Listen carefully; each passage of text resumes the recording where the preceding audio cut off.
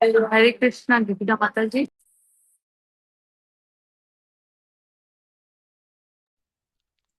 हरे कृष्ण माता जी। माता जी actually post गलती से आप हो गई हैं तो वो परमिशंस फिर से मुझे दे दें।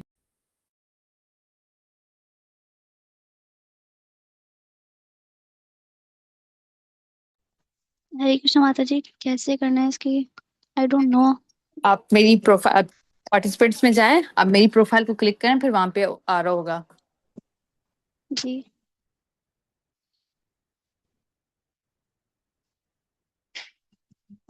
डन है माता जी।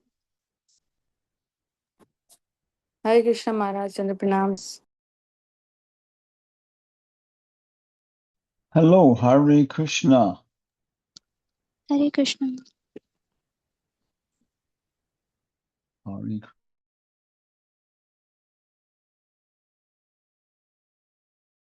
Krishna, Hare Krishna, Krishna. This is my room.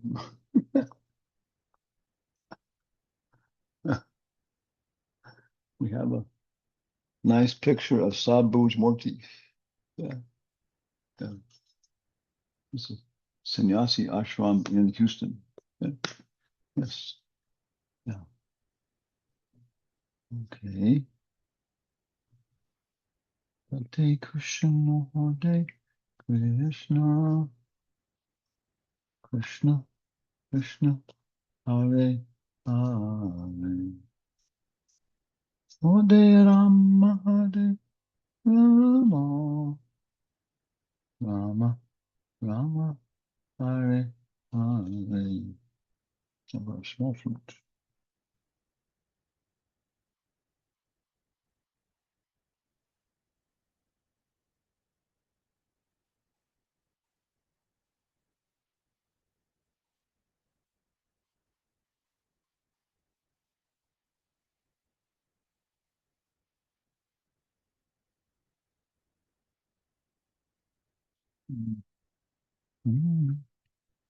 Hare Krishna, Hare Krishna, Krishna Krishna, Hare Hare. Hare Rama, Hare Rama, Rama Rama, Hare Hare. Hare Krishna, Hare Krishna, Krishna Krishna, Hare Hare. Hare Rama, Hare Rama. Shall we start? Yes, Maharaj. Okay. Okay. What should we start with? Om Ajnana Timirandasya Gyananjana Shalakaya Chakshur Unmilitam Jena Tasmai Shri Gurave Namaha. Shri Prabhupada Ki Jai. So let's see. Then for the diploma, you're going to study Nectar of Devotion, right? Western part. Yes. Okay. And have you already studied it, or that comes later? No, we have just completed 2 units of Bhagavad Gita, like from chapter 1 to chapter 12. 1 through 12. Okay. Yeah. And Yadunandan Swami's teaching? No. I saw Yadunandana on the list of teachers. No, actually he was busy, so we didn't get him. Oh yeah. He's one of my closest friends in Okay. ISKCON. He's in NOD Spain. will be Anand Leela Mataji. She will be teaching us NOD. And Atul Krishna Prabhuji. Yes. Oh yeah, he's my other closest friend. Yes. No, it's very nice. Yeah. Okay, so I'll try and share my screen here. Let me see now. How can I start minimizing stuff? Probably go down to participants. Let's see what that does. Invite, remove. Okay. Oh, more. I want to go to share. Okay, share. Okay, and then I go share. Okay, now I'm sharing. Okay. Oh yeah, there we go. Then I can minimize this. I can push this off to the side. Okay. And what was some very complicated instruction? Control Alt Shift H. Okay, Control Alt Shift H. Okay, let's get rid of the toolbar. Okay. Now I get rid of this. I get rid of that. And I open up my PowerPoint show. Okay. Why don't we go to the beginning? Okay. And I push here. Okay. So here we have Nectar of Instruction, His Divine Grace, A.C. Bhaktivedanta Swami Prabhupada. And ISKCON Pakistan, Bhakti Shakti Diploma, Anjana Sudha Academy, Hanumat Presaka Swami, Bhaktivedanta. And yesterday was very nice, very refreshing. We went over the Bhaktivedanta library. And we're all just like little dogs running after the great Mahabhagavat, A.C. Bhaktivedanta Swami. And we're looking at the position of Nectar of Instruction. And we make it as a summary of Nectar of Devotion, which is the complete science of Bhakti Yoga. Okay. Somewhere here I should have a cursor. Okay, yeah. Okay. Yeah, okay. Yeah. There it is, yeah. And Nectar of Devotion goes all the way from the basic principles of sense control and the karma, all the way up to esoteric, proper and improper mixtures of Gopi Baba. Yeah. And the heart of all of this is the Bhagavat Purana, Srimad Bhagavatam. Then Krishna book, Light of the Bhagavat, Teachings of Lord Chaitanya, Bhagavad Gita, Chaitanya Charitamrita. We can all explain them in terms of Srimad Bhagavatam. So all these books are systematically organized, and Nectar of Instruction constitutes first instructions for neophyte devotees. Okay. Then we were looking here, and of course we're recommending Vedabase.io, and he also has an offline version now where you can, I guess you can download it and access even without the internet. And of course, it's 11 texts with the preface, and very, very manageable. To just chant the Sanskrit, as we're describing, takes 3 minutes. 3 minutes with a genius. And it goes all the way from who are we, Gaudiya Vaishnavas. Prabhupada says it starts with sense control. He said there should be a copy of Nectar of Instruction in every house in the world. And I was thinking, but it's so advanced, And then one devotee asked exactly the same question. He said, Prabhupada, it's very advanced. And he said, no, it starts off with sense control, basic universal thing in all religions, all cultures, all nations. Yeah, okay. I would say every national government on the face of the earth regulates the relationships between men and women. Without that, you're just animals. Yeah. And of course, money. And regulating money, of course, is related to the relationship between men and women. So we'll see that today. So 11 texts, okay? And then yesterday we were finishing off this general perspective with Gitavali, one of Bhaktivinoda Thakur's 2 big songbooks, Gitavali and Sharanagati, okay? And we also recommended www.KK Songs, okay? That's a very, very nice resource. And a little bit about, Bhaktivinoda Thakur. He wrote several commentaries on Upadeshamrita. He also took it as primary. And this one song, Oh Hey Vaishnava Thakur, is in Gitavali. And there are 3 or 4 more songs right there, right with it, also based upon Upadeshamrita. And we're talking about how, yeah, parampara means that we know Prabhupada. We know devotees who, directly, I can directly, for example, directly from Prabhupada's lips, from the lips of my spiritual master, I heard a reporter ask him, Swamiji, what will happen to your movement when you die? And now you're hearing it from my lips. So how much do you know me? That's what we have to do. We have to know so many different kinds of people as guru. Yeah. In different kinds. So Prabhupada responded quite firmly, I will never die. I will live forever in my books. So there it is. You get to know me, other devotees. Okay, the Hanumat Presaka Swami said he heard. and Prabhupada said, okay, then we know that Prabhupada is alive in his books. Yeah. And then through that, we can go back to Bhaktisiddhanta, Gorkishore Babaji, all the way back, and we get to know everybody. It's actually a personal relationship.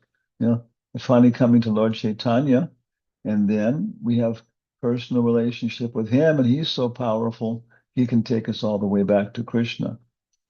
So very, very nice pictures we have of what it was like, 500 years ago, 100 years ago, with Bhakti-Vinod Thakur. Bhakti-Vinod Thakur, okay.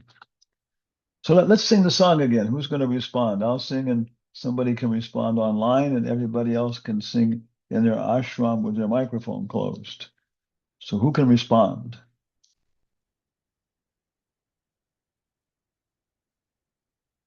Don't be shy.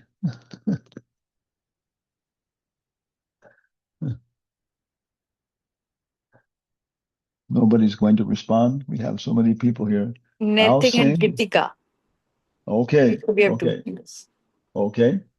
Oh hey Vaishnava Thakura Doyar Sagar Edase Kona Hori.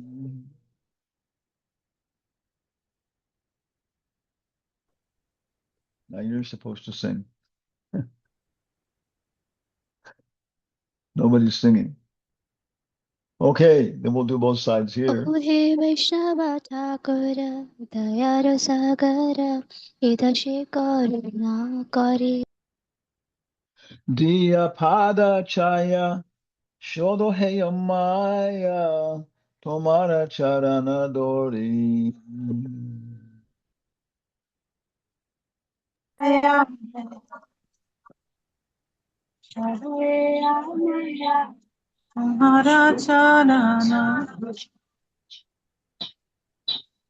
Chaya Bega Domi, Chaya Dosha Shodi, Chaya Guna Deho Dawase.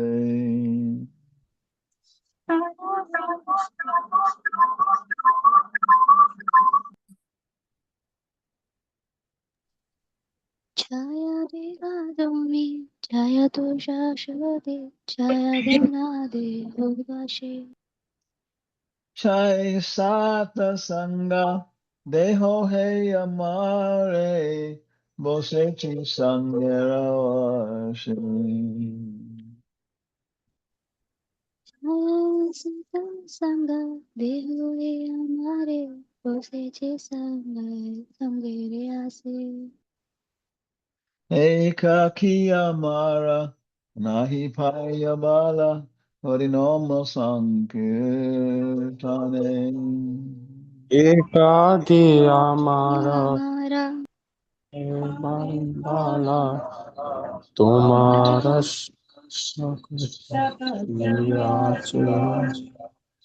Harinama Sankirtane.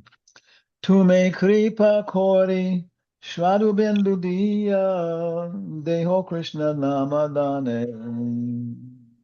तुमी Tumi कृपा Kripa करी कृष्ण नाम It's better if only one person responds live and everybody else just chants it in your ashram with your microphone closed. Otherwise, the robot has a hard time uh, transmitting everybody at the same time. Krishna se tomara, Krishna dite paro, tomara shakati ache. Krishna से तुम्हारा कृष्ण दीते पारो तुम्हारा शागाते आछे Amito Kangar, Krishna Krishna Boli, Dai Taba Pache Pache. हामी तो कंगाला कृष्ण कृष्ण बोले ताई तारा पाछे पाछे Okay. So Mataji, can you go ahead and give a translation? Maybe you can't.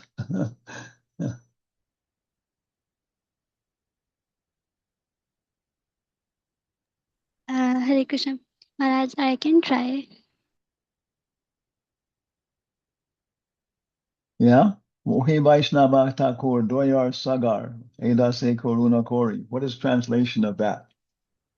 Oh hey Vaishnava Thakur, we are like praying to Vaishnava Thakur. Thakur is like someone superior, like as we use for the God also, Krishna. Dayara Sagar, who is full of mercy. Dayara Sagar. ये दास करुणाकारी इस दास पे be merciful on this servant. Diyapada Chaya, give me the shade of your feet.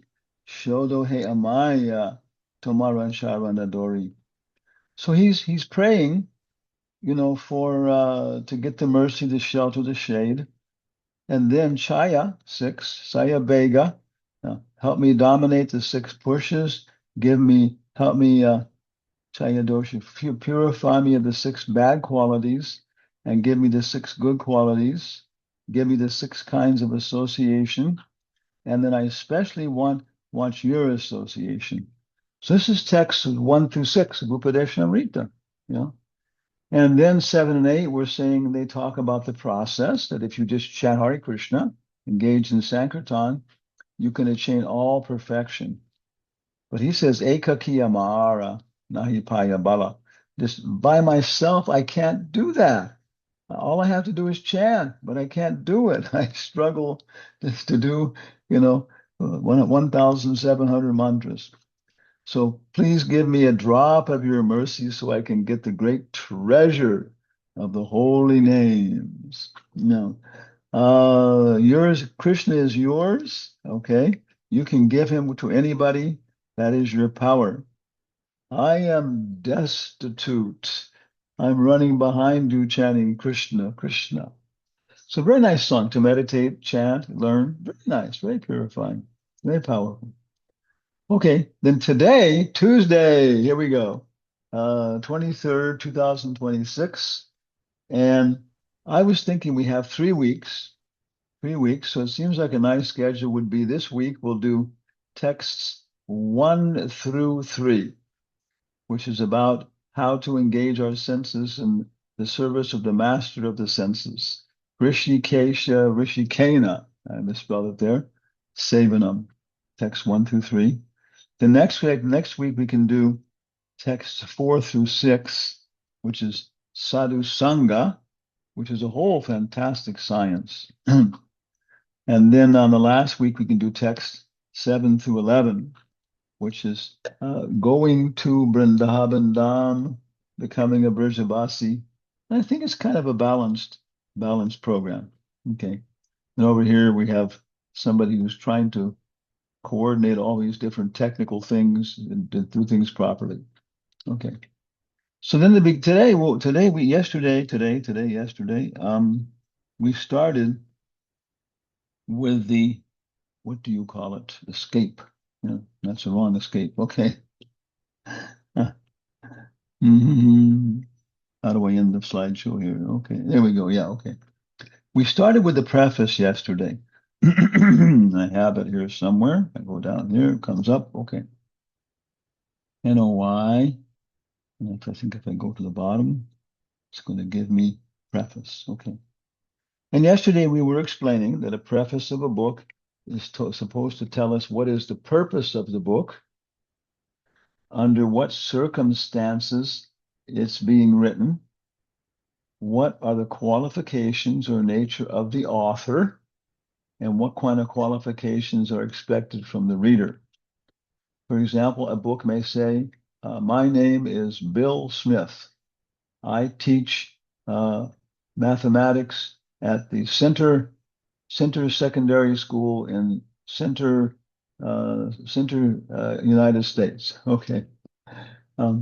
I discovered there was no good book for calculus for secondary school students. Okay.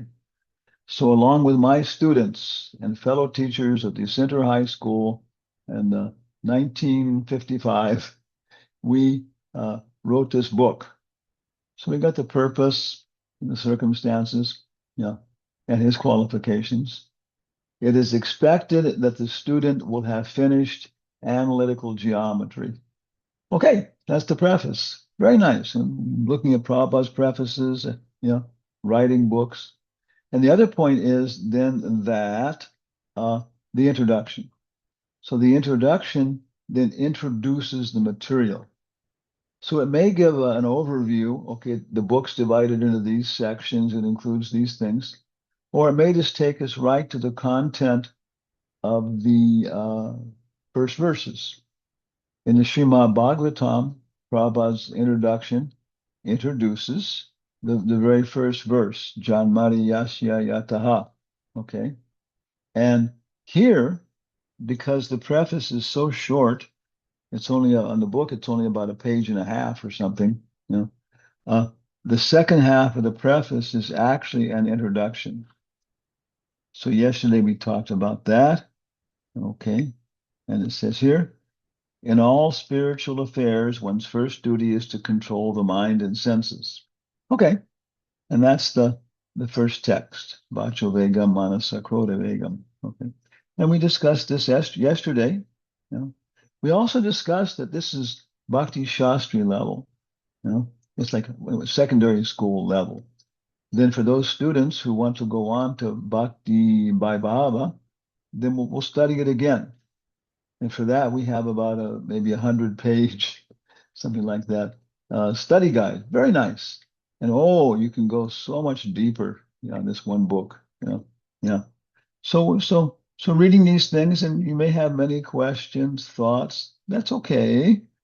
The basic principle is that Prabhupada talks about how we must control our mind and senses.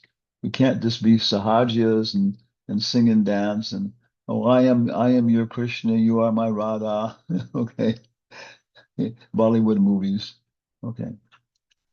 Okay, so then going back to the rest of the preface here, which is actually a preface, Prabhupada said the Krishna consciousness movement is conducted under the supervision of Srila Rupa Goswami. So right away, who's writing this book? Okay, then he goes to the Gaudiya Vaishnavas or Bengali Vaishnavas are mostly followers of Sri Chaitanya Mahaprabhu, of whom the 6 Goswamis of Vrindavan are direct disciples. Therefore, Srila Narottam Das Thakur has said, Rupa Raghunatha Pade Hoy Beyakuti Kabehama Bojabose Yugala Piriti. Okay, in Bhakti Vaibhava, we'll really go into this principle, but it appears, our thesis is, and it appears that all of the citations in Prabhupada's purports in Nectar of Instruction are not just some verse to support a particular idea, but they are the verse that the acharyas use to support that principle. So if you follow all of these different citations, then Nectar of Instruction becomes a fantastic, Vaishnava verse book. It becomes a fantastic study guide for all of the rest of the Vaishnava literature, like that. And there's a whole history, because this song, if you follow this, and maybe we'll be able to do it, it takes you to an incredible song Incredible, incredible section in our Vaishnava literature.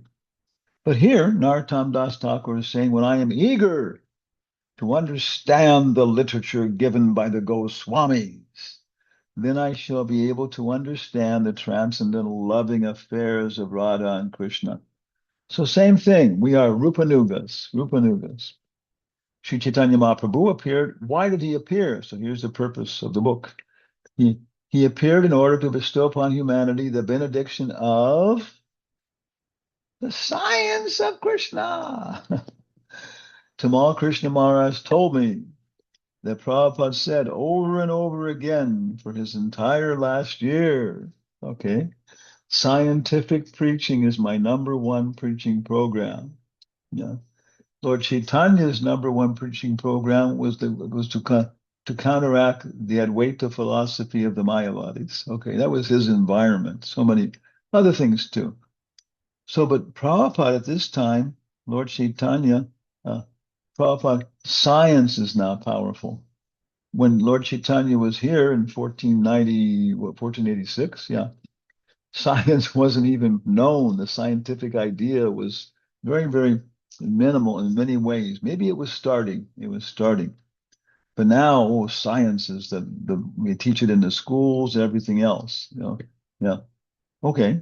The most exalted of all the activities of Lord Krishna are his pastimes of conjugal love with the gopis. He's coming to teach us, and what he's teaching us especially is about the gopis. Sri Chaitanya Mahaprabhu appeared in the mood of Srimati Radharani. Can we talk about Radharani in public? Can we talk about things? Well, yeah, Prabhupada mentions her name like this right here in this book, which is for everybody. Okay, so Prabhupada's introducing her and the gopis, but in a general sense as topmost devotees. Therefore, to understand the mission of Lord Sri Chaitanya Mahaprabhu and follow in his footsteps, one must very seriously follow in the footsteps of the six Goswamis, Sri Rupa, Sanatana, Bhatta Rahaghunath, Sri Jiva, Gopala Bhatta, and Dasa Raghunath. Yeah. And as we go on, we'll get to meet all these people. Prabhupada took the time to include their names, no? Yeah. So we have our Anjana Sudha Academy. Different institutions have their mission statements, but we're based upon Upadeshamrita. So our mission of the Anjana Sudha Academy is by studying the works of the Goswamis to qualify ourselves to help Lord Chaitanya in his mission of giving the science of Krishna consciousness to humanity at large. Okay, that's our mission statement for the Anjana Sudha Academy, based on Upadeshamrita.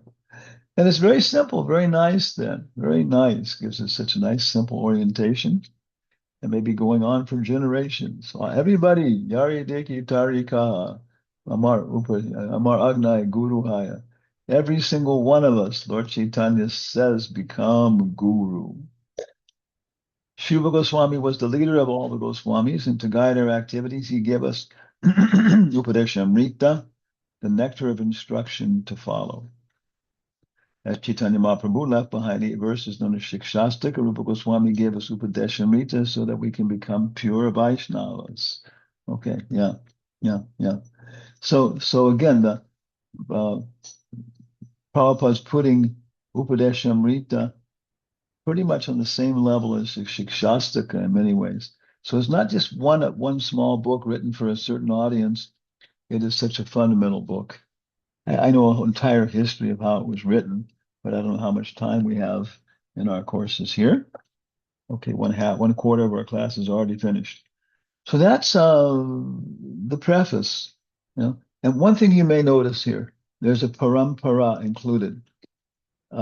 It starts, the preface mentions Krishna, it mentions Radha, it mentions the gopis, then it goes down to Rupa Goswami, then it goes down to the 6 Goswamis, then it goes down to Narottam Das Thakur, then it goes down to Gaudiya Vaishnavas, and then it comes down to us. That's so many times in the prefaces you'll see Prabhupada presenting our parampara. This is how we know this is who's speaking. Yeah.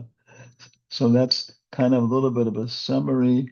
Anybody want to raise their hand with a electronic hand for a question here? Or you can put it in the chat also. Yeah. Okay, nobody's raising their electronic hand, I don't think. Okay, let's go on then. Go back to my PowerPoint show. There it is. Okay. Okay. And I think I'm supposed to push this button here to make it bigger. Okay. Yeah. Yeah. Okay. And I go Alt, Control D, H. Okay. Okay. So Nectar of Instruction, text number 1. Okay. Everybody can repeat at home. Vacho vegam manasakroda vegam. Jiva vegan udarapasta vegam. Etan vegam yo vishaheta diraha. Sarvam apimam prativim sasishat. A sober person who can tolerate the urge to speak, the mind's demands, the actions of anger, and the urges of the tongue, belly, and genital, is qualified to make disciples all over the world. So, such a powerful book, 11 verses.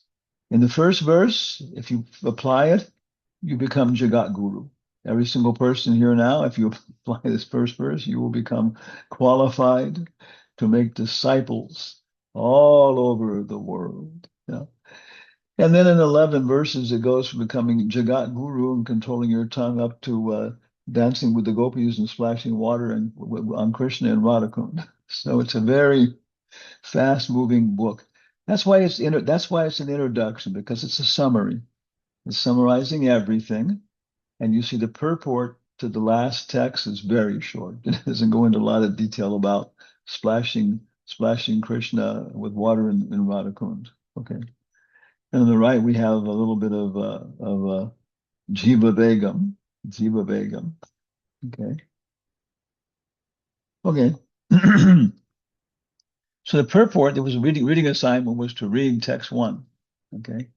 So what is Vegam? That's the first thing Prabhupada is going to talk about. What is Vegam? You may have noticed that. Then he will talk about each of the 6 pushes, maybe 3, 4, or 5 paragraphs describing this general idea of being pushed. And then Prabhupada will talk about each of the 6 pushes one after another. Then in the second half of the purport, he'll introduce the Anuvritti. We discussed this yesterday. Bhaktivinoda Thakur, one of his commentaries he was writing on Upadeshamrita was called Piyus Varshana Vritti. Piyus Varshana Vritti, which I think means a rainstorm or something like that, you know. But he didn't finish it. So I think he asked Bhaktisiddhanta to finish it. So Bhaktisiddhanta wrote Anu Vritti, going after the Piyus Varshana Vritti. So then I think it's every single purport, you know, but at least it's almost every single one. Maybe I can watch this time. Prabhupada presents his commentary, and then he says, and Bhaktisiddhanta and his Anuvritti comments on this. So then we'll see Bhaktisiddhanta's commentary. And so on the lower right here, we have a very nice picture of Bhaktisiddhanta with his word processor, his high-tech word processor, writing, and looking at us. You know, my goodness, he's a terrifying fellow. And above there's his disciple, and coming out of his mind and heart. Prabhupada, in his morning walks, was talking to Bhakti Sarup Damodar Swami so much. And again, then I had so much intimate association with Bhakti Sarup Damodar, traveling with him, questions, so many things. Sometimes we were traveling in a whole Manipuri troop, and we would be staying in hotels, and maybe 25 people in 4 rooms or something. So he and I would be sleeping on the bed, and 4 Manipuris would be sleeping on the floor, drummers and everything else. So I knew him. I would say I still know him. Jayananda, Sup Damodar, and Hansaduda, who had so much, you might say, vapu, bodily association with Prabhupada, direct questions and answers, these kind of things, you know. And so that's my parampara. I know them. So you can learn to get to know me. That's the whole thing. I can get to know you. And through that way, then we have so many different accesses to Prabhupada. Okay, then we have some other pictures here. I love PowerPoint. I am Shudra, Brahmana, Brahmana, Brahmana. Everybody else, you should know your varnas and ashramas. And so I like intellectual work. I like getting up early. You know, uh, I'm terrible with management. I'm terrible with money in some ways. Yeah, yeah, yeah, yeah. Uh, Prabhupada says when the war comes, the brahmanas can hide under the beds. Okay, yeah. So, but they'll never tell a lie. So anyway, I love PowerPoint because it's Shudra doing all this kind of technical work, and I do this intellectual work. So it's my media. It's how I preach. We make movies, but what I do is I do PowerPoints of the movies. Then I give those to the director, and then they can see, oh, okay, yeah, we see that's very good because now we have the kind of a layout and how the visual things are supposed to work. So it's very, very good step above just the screenwriting. So here we have a witch. Witches are actually quite beautiful. She has a raven and she has a fire there. And so this is what do you call it? Bacho Vega, Manasa Krota Vega, Jiva Udara Pasta Vega. I guess she's working on the Udara Pasta Vega. Yeah. But what is the process? The whole process is to engage these impulses in the service of Krishna. So down below, we have a very nice picture. I think one of the best pictures we have of anything. It's such that we can go a whole class just talking about this picture. But you see the focus, the artist, this brings us right to this dynamic thing of Krishna and Yashoda. The centerpiece of this is Vatsalya Rasa, parental affection. And where's the Madhurya Rasa? It's behind it. Is that Radha, Lalita, and Vishaka? Who's who? Yeah. This picture is probably probably, what do you call it? 3 meters in size. I mean, several artists probably did it. I have the Sakya Ras covered up above it, but this picture is just so nice. You can go to, we go to outreach programs and I bring this picture along and I say, okay, we have our whole conception of God and everything else. Who is God in this picture? And becomes such a nice discussion. So anyway, that's the first text. Hopefully you read it. It starts off 4 or 5 paragraphs. What is Vegam? Then it goes into specifically each one by itself and talking about how to control them. Then it goes over them again with a bunch of Siddhanta. Okay. So I think then what I can do is I can go escape. Okay. Then I got to go up here. That'll go back up. I make this minimize. And then I can go down here. And I can go to text number 1. Okay. Can you see our screen still? Is it okay? Our voice is okay? Yes, yes. Okay. Thank you very much. I'm trying to learn Devanagari a little bit. But today, okay, Vacho Vegam, Manasa Krota Vegam. And then Prabhupada starts off, Shrimad Bhagavatam 6:1, 9 to 10. Maharaj Parikshit placed a number of intelligent questions before Sukadeva Goswami. One of these questions was, and myself, when I first read this, I couldn't understand, well, why is Prabhupada jumping into this? Why is he jumping into this? Well, because the thing is about being pushed. It's about being pushed. Okay. Why do people undergo atonement, if they cannot control their senses? Vacho Vegam, Manasakota Vegam. Why do they undergo atonement? Then he gives all these examples.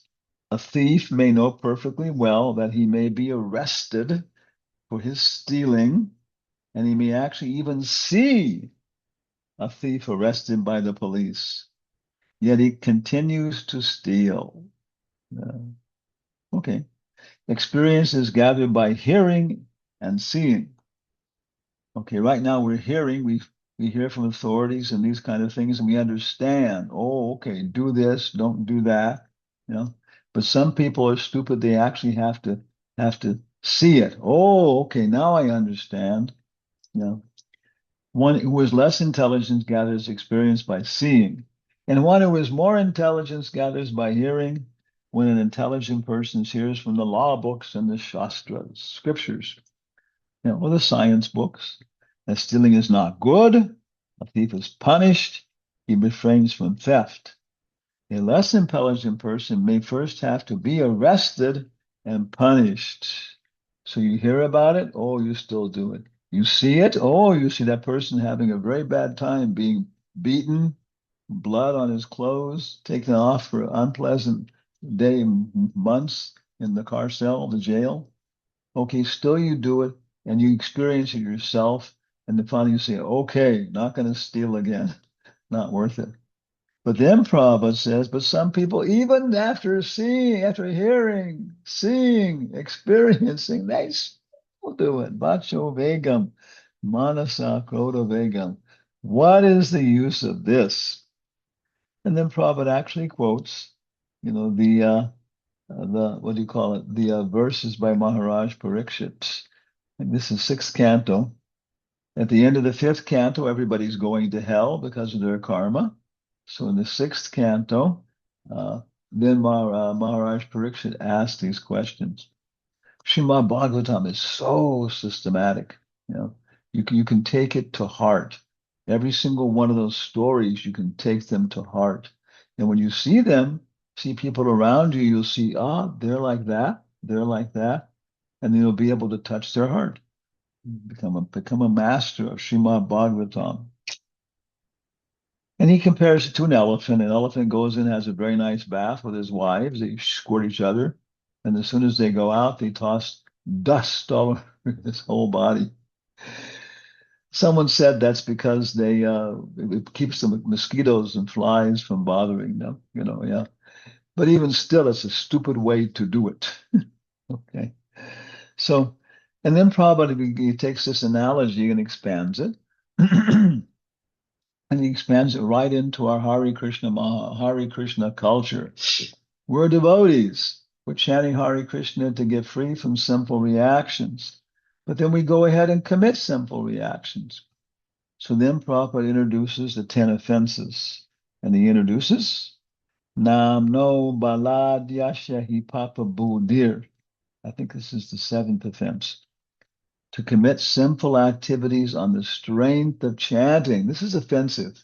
Oh, I'm going to do these sinful things and I'm going to chant Hare Krishna, so I won't have a bad reaction.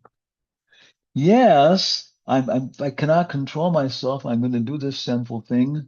I'm going to smoke, or I'm going to drink, or I'm going to engage in lascivious relationships with the opposite sex, or now in the modern world with the same sex, or with animals. Oh my God, or with dead bodies. My God, there's no limit. Yes, I can't control myself. It's I'm being pushed by my karma, by the Vegam. Yeah. Okay. So, but I'm not going to stop chanting Hare Krishna. I know people who've done this. So they chanted all the Hare Krishna all the time. They were smoking marijuana with their friends, most likely. And they chanted Hare Krishna all the time. They were intoxicated and enjoying their psychological and sensuous pleasures. And they chanted Hare Krishna all the time. They came down. And even though they had an addiction for some time, just that one time of hanging on to the Maha Mantra, they were able to see it all and they were able to give it up. Okay, why this is terrible? This is a result. No. Yeah. Okay, so we can chant Hare Krishna to pray to Krishna to get free from these things. Yeah, but offensive is to chant Hare Krishna to go on with the things and not get a reaction. Yeah. Okay. So the Prabhupada talks about Christian tradition, same thing. They go to the Catholic Church on Saturday. Father, please forgive me. Okay, put some money in the box when you go out, chant these mantras. Yeah. And then they think, okay, now I'm freed from that reaction. And then after Sunday, they engage in the same things again. So Prabhupada says, Maharaj Parikshit is asking, what is the use of this? It's stupid. And because in the Bhagavatam, Lord Chaitanya, Sukadeva Goswami is answering Maharaj Parikshit's question, and he says, "Oh, okay, yes, we want to get free from sinful reactions, so engage in pious activities, engage in karma kanda." But then Maharaj Pariksit challenges his guru and says, "Guru Dev, but it seems to me that doesn't work." And the guru was testing his intelligence. And he says, yes, you're right. You cannot, what is it? A sinful activity cannot be counteracted by a pious activity. Yeah. Something can go on. You can do something, you can do this, and you can do that, but it doesn't counteract the entire thing. Okay. Real prayaschitta, atonement, is awakening our dormant Krishna consciousness. So here, there's a little summary of it. It goes over the process. But in Nectar of Devotion, Rupa Goswami, on the Western way part, I mean, I think it's maybe like the second wave or something, he'll go into great detail about how all the Vegams are happening, how the karma is happening. Oh, such practical knowledge about karma over lifetimes. So here's just a little summary, but when you go into Nectar of Devotion, you'll get a very, very deep discussion of the whole thing. Okay. And then Prabhupada continues, real atonement involves coming to real knowledge. Okay. Real atonement involves coming to real knowledge. Because once you know, you'll do it. You know, real knowledge means you can't, your mind cannot act otherwise because the mind doesn't want to suffer. And now the intelligence is giving a clear picture. For this, there is a standard process. For this, there is a standard process. This is a little subtle because in the beginning, Maharaj Pariksha rejects karma kanda. Yeah. Sukadeva Goswami says, yeah, do this austerity, do this penance, you can counteract the sins. And he says, but hey, it doesn't work. No. And then Sukadeva Goswami says, yes, you're right. What you should do is follow a standard process, methodical life described as tapasya, okay?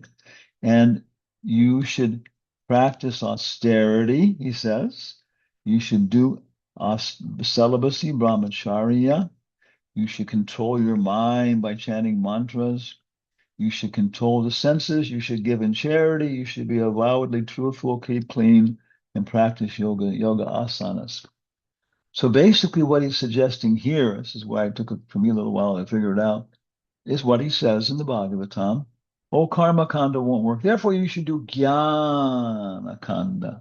Jnana kanda. You should develop wisdom. And that one, Maharaj Pariksit, I don't think he actually objects to it, I think, but he just kind of like raises his eyebrows or something, but very mildly says, that also doesn't work. The jnanis also fall down. And now Prabhupada says, however, if one is fortunate enough to get the association of a pure devotee, the A.C. Bhaktivedanta Swami Prabhupada ki jai, ISKCON, pure devotees in ISKCON ki jai, Lord Jesus Christ ki jai, Prophet Muhammad, yes, so many very pure devotees around the world. However, if one is fortunate enough to get the association of a pure devotee, he can easily surpass all the practices for controlling the mind by the mystic yoga process, jnana kanda, simply by following the regulative principles of Krishna consciousness, refraining from illicit sex, meat eating, intoxication, and gambling, and by engaging in the service of the Supreme Lord under the direction of a bona fide spiritual master, which of course is to chant 16 rounds. enthusiastic rounds daily, okay, as a basic principle. This easy process was being recommended by Srila Rupa Goswami. Okay, so that's the general discussion of what is Vegam, and the process again is, how's it go? Sarvopadi Vanir Muktam Tat Parat Vena Nirmalam Rishikesa Rishikena Sevanam Bhaktir Uchate. And that's Nectar of Devotion 1-1-12. Yesterday we explained 1-1-11, which is the Paribhasa Sutra, the main verse of all of Nectar of Devotion. And the second verse is almost the same. And he says, Rishikena Rishikesha Sevanam. Rishikesha Rishikena Sevanam. That bhakti means to engage our senses in the service of the master of the senses. Our tongue is Krishna's tongue. So let's think about gratifying our tongue for our deities. After many years, people ask me again and again, Maharaj, what would you like for lunch? Maharaj, what would you like for breakfast? And my mind, my simple mind, immediately thinks about gratifying my tongue and belly and body. Oh, but then my intelligence says, hey, wait a second, that's going to be stupid. You're going to suffer very quickly now. And then I think, what would my deity, Lord Nrsingadev, what would he like? And yeah, I have some feeling for him and this and that, and just in general, immediately, then I'm thinking about engaging my tongue and so forth in his satisfaction. And then, whatever is being cooked under our direction and everything else, it's gratifying to my senses for my service. It's gratifying to everybody else's. The right quantity is there. The first one must control the speaking power. Okay? What time is it? We finished off 39 minutes. First, one must control his speaking power. Okay, Vacho Vegam. And then Prabhupada talks about how everybody has the power to speech. Yeah. As soon as we get an opportunity, we talk speaking. Yeah. And he talks about frogs. Frogs, they can talk. They're sitting there going, ribbit, ribbit, ribbit. Of course, some people they're saying ritdik, ritdik, ritdik. But what is his speaking power for? Well, the snakes are just hearing this. Oh, what a nice sound, a nice lunch. I go and chop him a few times and gobble him up. Yeah, tasty frog. Yeah, yeah. So he said, this is everybody has this speaking power. It's a very powerful thing. Okay. I was flying on the Southwest Airlines flight to Sankirtan in the United States, and they had a pack.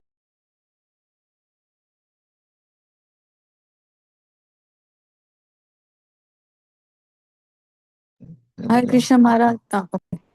Yeah. So I was reading the Southwest Airlines Passengers Magazine, and they have a little interesting thing in the back. And what it said, the average man produces 2,000 words a day. Then it said the average woman produces 7,000 words a day. Yeah. But if you're Krishna conscious, that means you're 3.5 times more Krishna consciousness than the average man.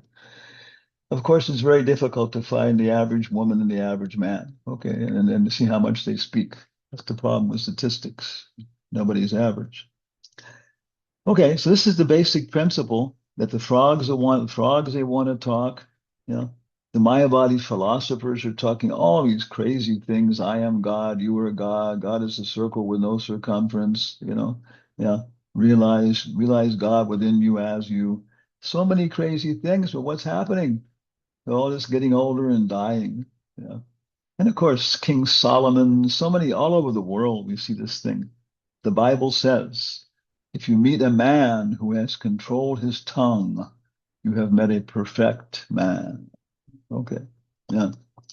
Okay.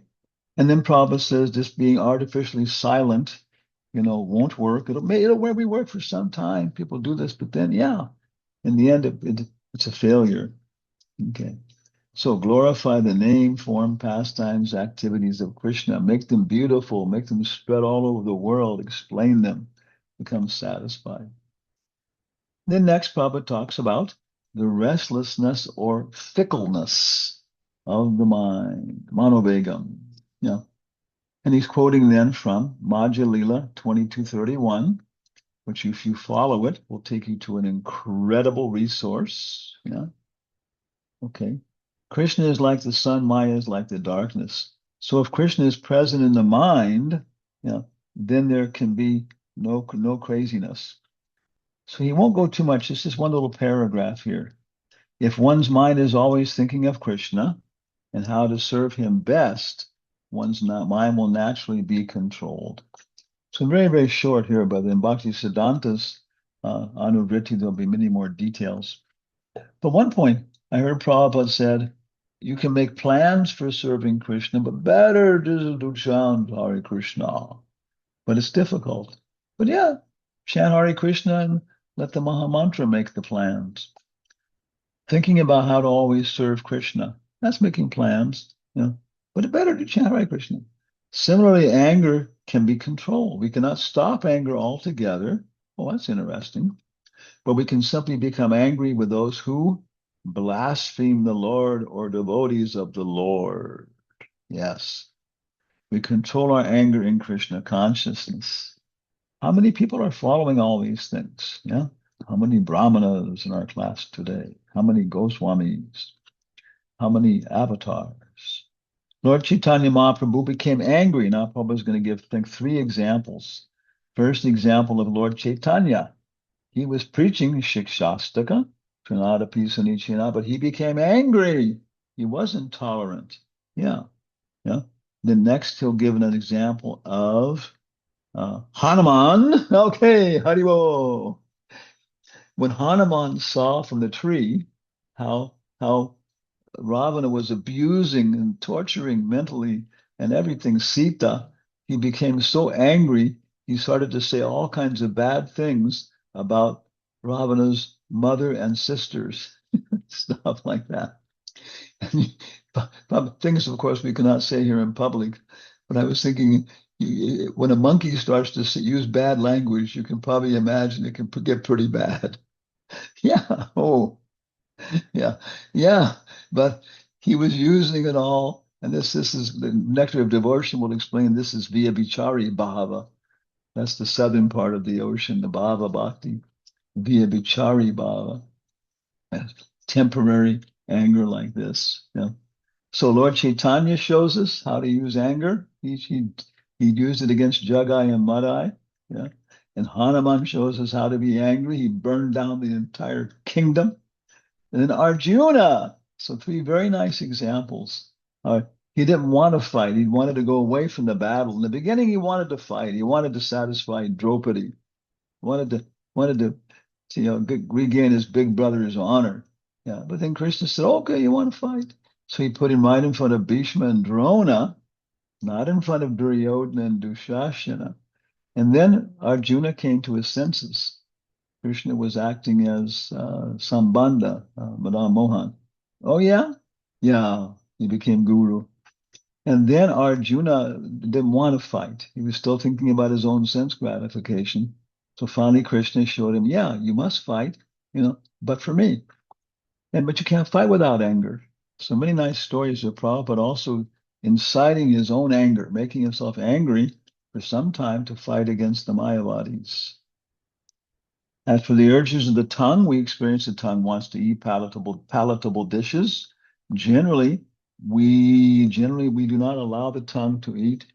Okay, eat according to its choice. We should control the tongue by supplying prasad. The devotee's attitude is that he will eat only when Krishna gives him prasad. That is the way to control the urges of the tongue. One should take prasad at scheduled times. You should not eat in restaurants or sweetmeat shops simply to satisfy the whims of the tongue or belly. If we stick to this principle of only taking prasad, urges of the tongue and belly can be controlled. Yeah. So in some respects, as far as we understand, it's more important when you eat than what you eat. It's more important when you honor prasadam than what prasadam you honor.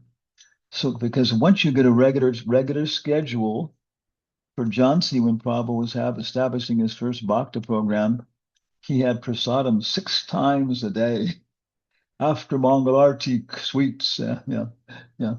Okay, it's okay. Yeah. Uh, and and because once you regulate the timing, then your mind will start becoming satisfied. Okay, I don't have to eat more. We're going to eat again, and this and that, and the quantity and everything else, and the types of things you're eating will automatically become controlled. Sangat sanjayate kama.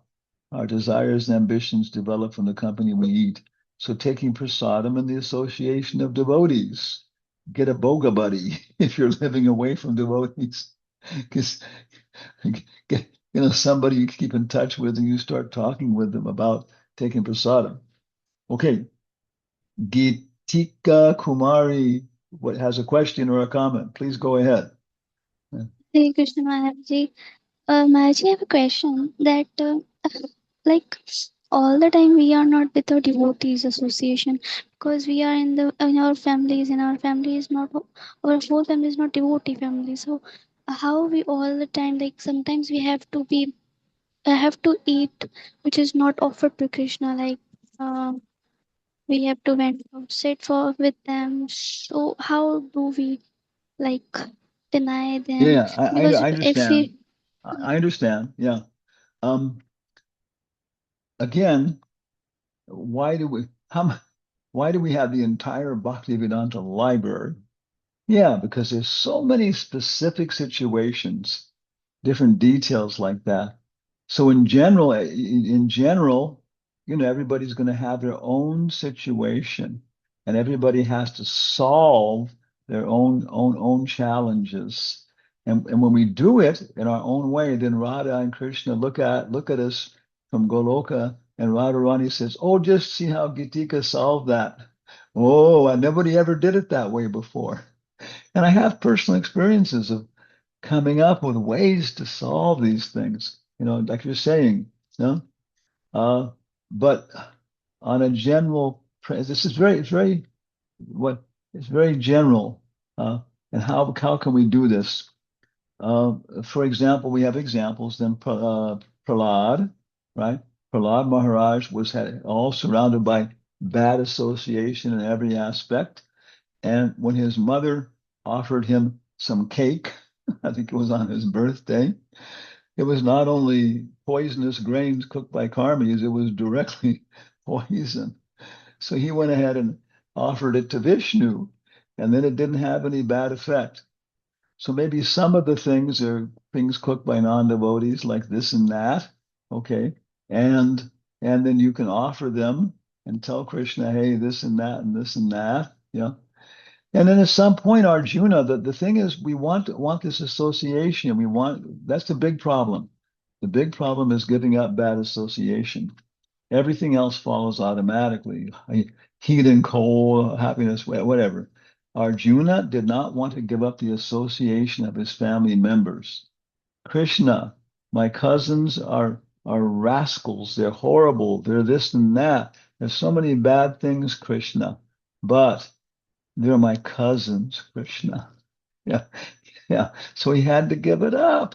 And he gave it up because he realized he was doing a better thing for them. So maybe if you make this thing and you're just going to say, okay, I'm not going to eat any meat, fish, or eggs or anything that has meat, fish, or eggs in it. I know one girl, she was in a situation, wasn't initiated at all, was becoming a devotee, but because of the situation, she made this rule in her family, she would not eat anything which had eyes. And that when her family kind of made it, that was okay. You can still eat clams. You can eat, yeah, some eggs. Okay, yeah, but it's a big difference. So this that one rule, she made this in her family, and she stuck with it. And people would complain and this and that and everything else, but she did it, and that was her thing. Yeah. So anyway, it's very individual. There's so many suggestions in the Shastras. Talk to other devotees locally. I haven't got this position where I can go through all the details. Chanika Pandit says, victory comes from good advice, and good advice comes from many counselors. So that's my advice. Talk to people who are in a similar situation with you, and then they'll tell you how to do it. And talk to Krishna in your heart, reading Prabhupada's books. Okay. And so then, like you're saying, gradually you can solve the problem. Yeah, but it is a problem, and the basic principle is the standard is no meat, no fish, no eggs. That's the basic standard. And you can add in onion and garlic later on. Then you can add in things cooked by non-devotees later on. That's what I do as a sannyasi. Not only do all the preparations have to be vegetarian, but all the cooks have to be vegetarian. And because I'm a sannyasi, I can get away with that. And people actually, they like it. Oh, yeah, if you want to cook for Swamiji, we have to stop eating fish.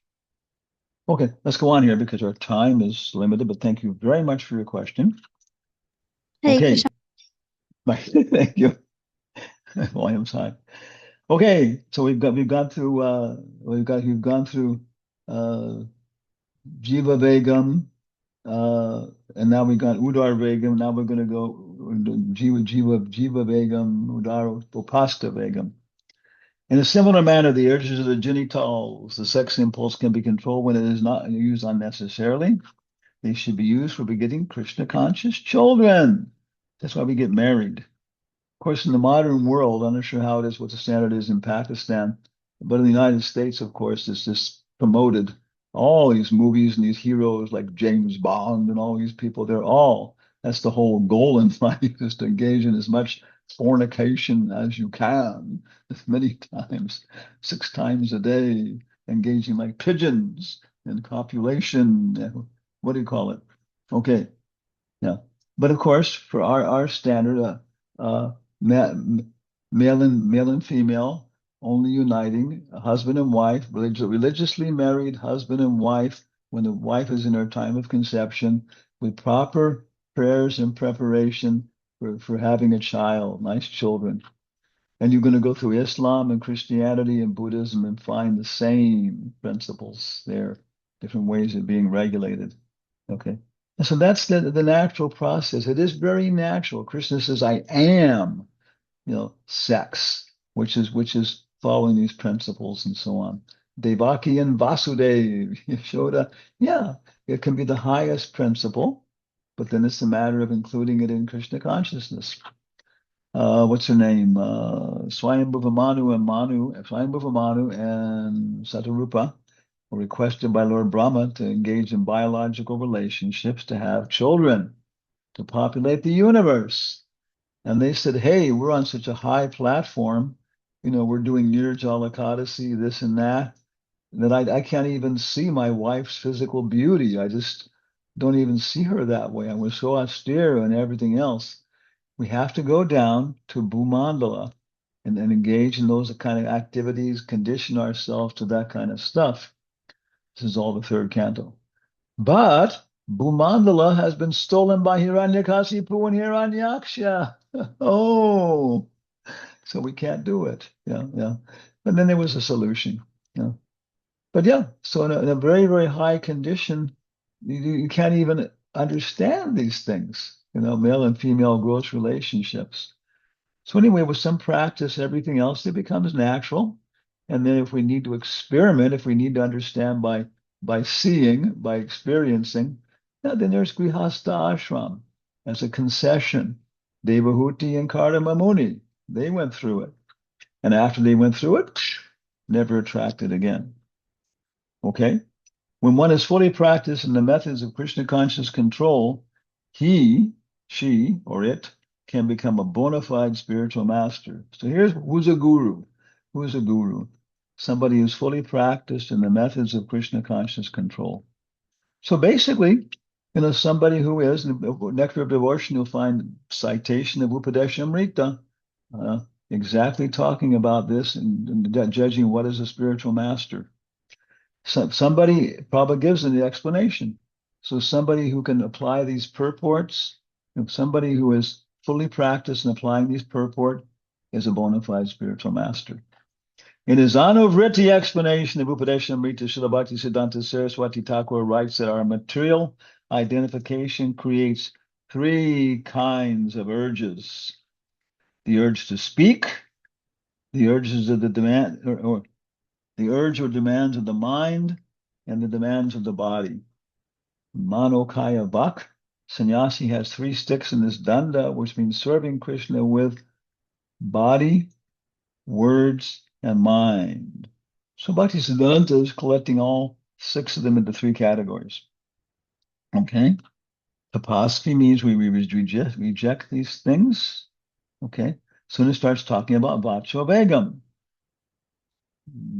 Okay? And he includes all Maharaj, the. Yes. I have a question from that part. Like, what I believe living in Pakistan to find a devotee partner, it's very difficult. But what if we are done with the prayers when having that Krishna conscious child, our mindset is clear and we are done with our prayers, but my partner is not a devotee. No, again, like what I was saying before, in these kind of classes and everything else, with 25 people, it's impossible for me to go through in detailed situations, so much detail. Yes. So the general principle is there. And then in the scriptures, you go on studying and reading, you'll find so much pregnancy of Diti in the evening, all these kind of things. And then Parasara Muni says, talk to six nice people, six devotees, six Brahmins, six nice devotees, and ask them locally. So you ask senior devotees who are second initiated, who are Goswamis, yeah. And then you can gradually then get an explanation of what the relationship is. And Prabhupada talks about this in different things. So I can't go into details, but the basic detail is in any circumstance, chant Hare Krishna. This will always work. In any circumstance, you go on chanting Hare Krishna. So the husband may not be a devotee, but when there is an intimate relationship, the wife is sitting there chanting Hare Krishna, and he's forced to listen to her chanting Hare Krishna.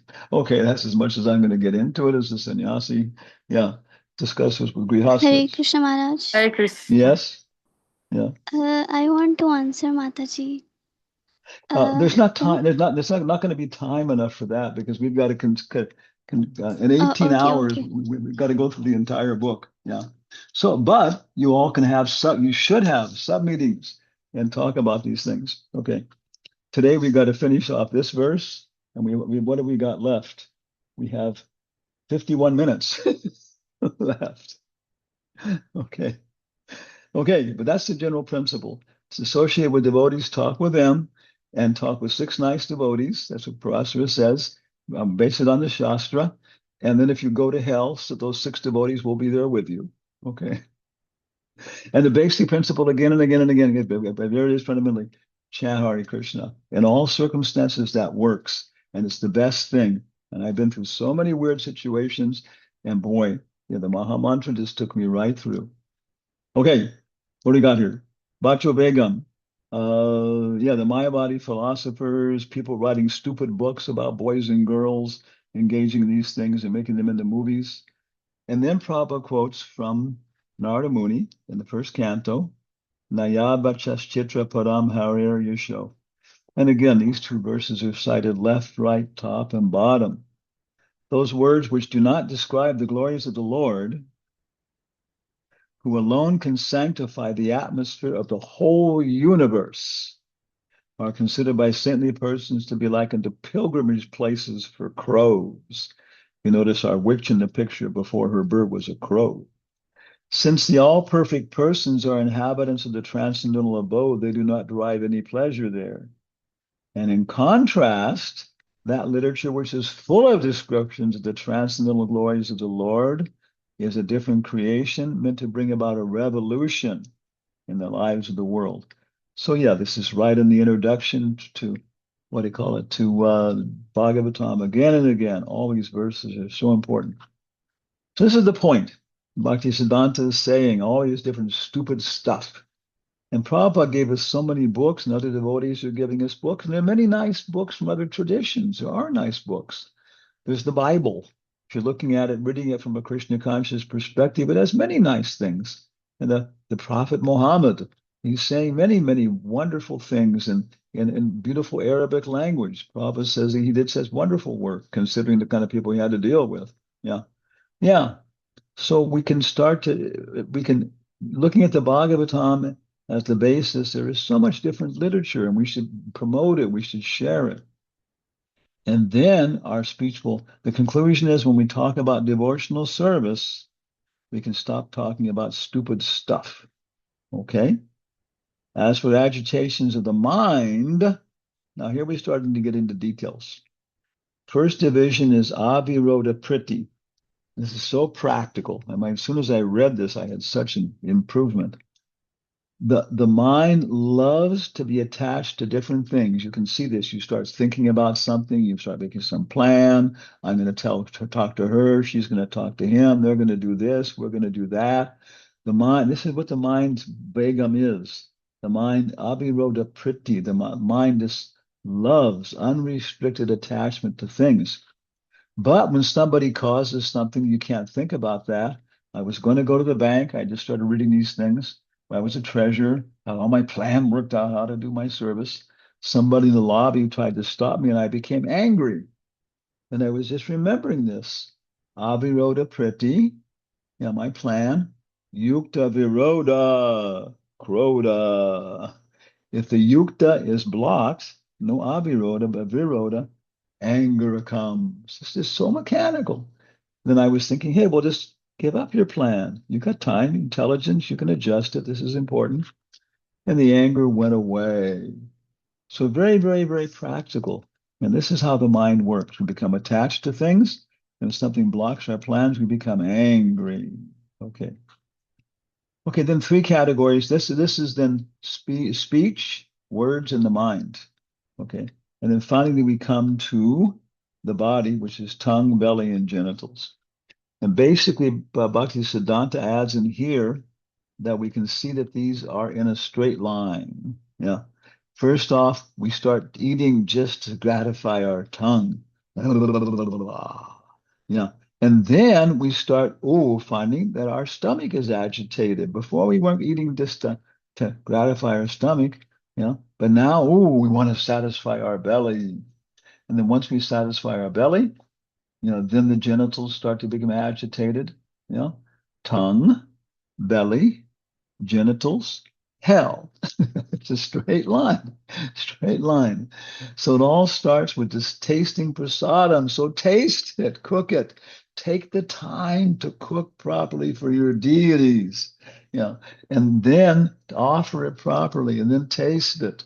And that's the cure for intoxication, taking prasadam regularly at regular times and stuff, Okay. So, and then Prabhupada gives the prayers, to chant, which are so nice. And he finishes off, okay, that when we become agitated by these different things in different ways, then we go to hell. Yeah, yeah. Some details, very nice, very practical details. Yeah, okay. Yeah, yeah, yes, yes, okay. And then he has very nice prayer, which anybody who's going to be a sannyasi or a Goswami can memorize this prayer by Jagadananda. Yeah, yeah. So he's such a complete book. Yeah, yeah.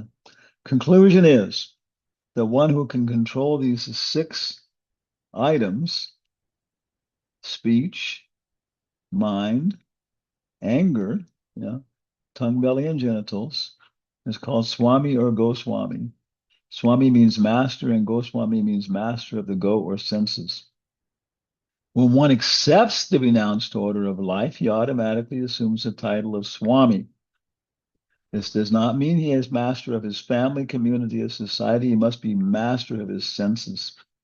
One place Prabhupada says there is no difference between the grihastha man fully engaged in devotional service and the man in the renounced order of life.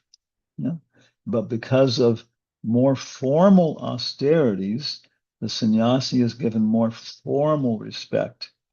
One of my older godbrothers, Vaisheshika Das, you may know him, He took second initiation the same time I took first initiation. He's the global Sankirtan minister, everything else, so much more advanced than I am. I was sitting on a little bit of raised seat when he came into the program, and I stopped everything and got him to give him a cushion, which was actually as high as the Vyasa. Yeah. And he wouldn't have accepted, honor, because he's very nice and devotee in front of a sannyasi being a grihasta, but everybody worked out. Yeah, okay. Informally, he's been given a little more honor. Yeah. Okay. So same thing if you're a child or if you're in a female body. Yeah. You must become Goswami. And then, but because of the formalities of the situation, okay. No, different formalities in terms of how people are treating each other and so on. But the actual practical internal reality, everybody must become Goswamis, and then after that we become pure devotees. Okay. Okay. So now we have 42 minutes. Okay. So we're going to go ahead then with look at text number 2.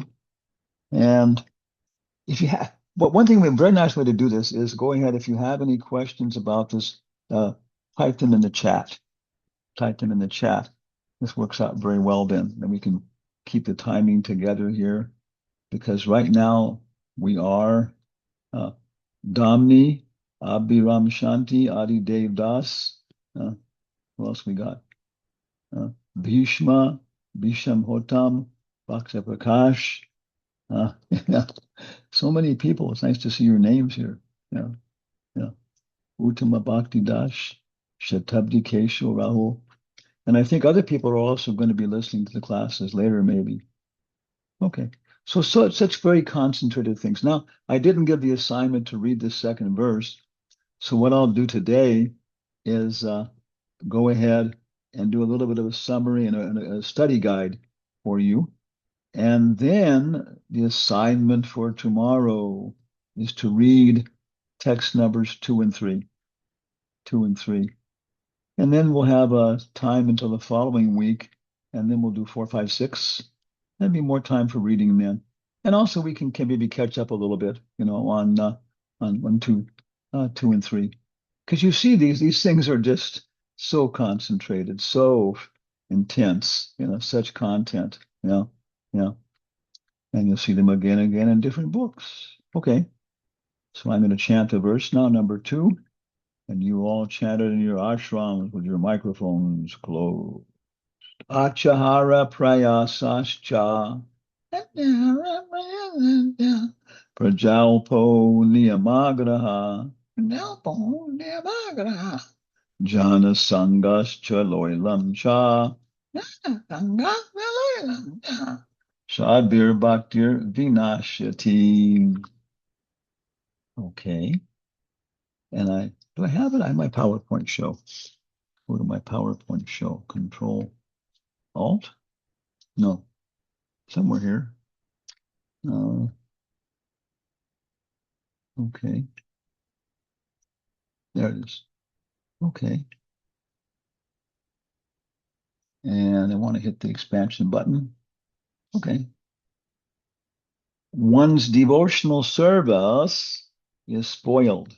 So following verse number 1, applying verse number 1 is spoiled when he becomes too entangled in the following 6 activities. Achahara, eating more than necessary or collecting more funds than required. Achahara, prayasas, over-endeavoring for mundane things that are very difficult to obtain. Achahara prayasas, prajalpa, talking unnecessarily about mundane subject matters. So again, this is vegam, but now vacho vegam, but now we're going to go into looking at it in more detail from the negative aspect. Such a complete book. 4, practicing the scriptural rules and regulations only for the sake of following them, only for the sake of following them and not for the sake of spiritual advancement or rejecting the rules and regulations of scriptures and working independently or whimsically. Okay, that's niyama agraha. Niyama means what? Yama means things you shouldn't do, and niyama means things you should do. Yeah, and agraha means accepting or rejecting, whether it's agraha or agraha. So it breaks into two categories: achahara prayasascha prajalpa, niyamagraha or niyamagraha. So following the rules and regulations for sense gratification or not following them for advancing in devotional service. Number 5, associating with worldly minded persons who are not interested in Krishna consciousness, jana sangas. Yeah. So verse number 1, does it talk about association? Yeah. It talks about becoming a guru for everybody in the world. Okay. And text number 2, yeah, it's mentioning association, avoiding association of people, and being greedy for mundane achievements. Okay. So as a summary, we're going to see that 3 things are very principal here. The one of them is loilam, and this means hankering too much. It all starts there. You know, for example, you make the comment that grihastas meditate upon their houses and their automobiles. Okay, their cars, their scooter, whatever it is. Yeah.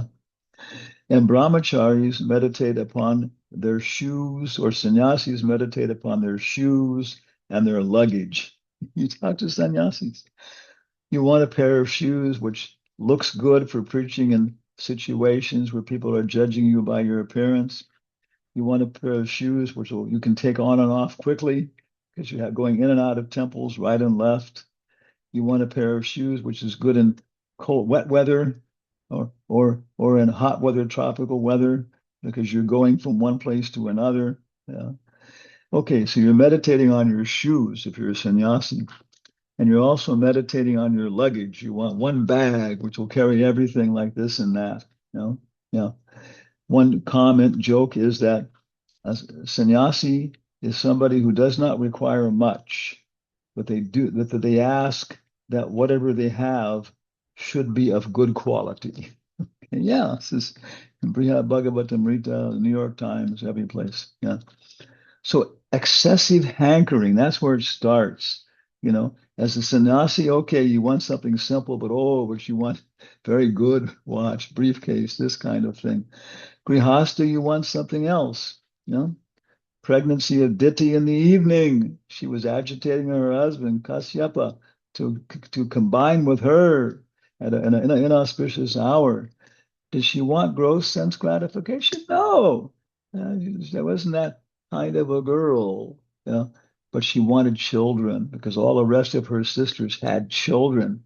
You want to hold my baby? Oh my God. I can see it would drive you nuts. Yeah. If I went for next time in a female body, I'll know this. Yeah. You want to hold my baby? Why don't you have a baby? Yeah. So then it becomes excessive. Her desire became so crazy, the loilam, that she had him break the principles, and then she got babies. Okay, yeah, yeah. And then you want too much. The loilam desiring too much, then you start accumulating too much, and to get that, you have to over endeavor. You have to take on a second job. You have to start cheating and lying. So these 3 things are mentioned. And most of the purports you'll see is focusing on these 3. Over collect, stop it in the beginning. Don't let your mind and stuff meditate on this stuff and these desires. Oh, that would be nice. Oh, I want that. No. Okay. Yeah. And then the next thing is achahara. Don't over collect. When you see you have too much stuff and you're getting too much stuff, get rid of it. Learn how to do it. And then prayasas, then you won't have to, and don't over endeavor. Prabhu, I haven't got time to get up in the morning. Prabhu, I haven't got time to chant my rounds. You do, yeah.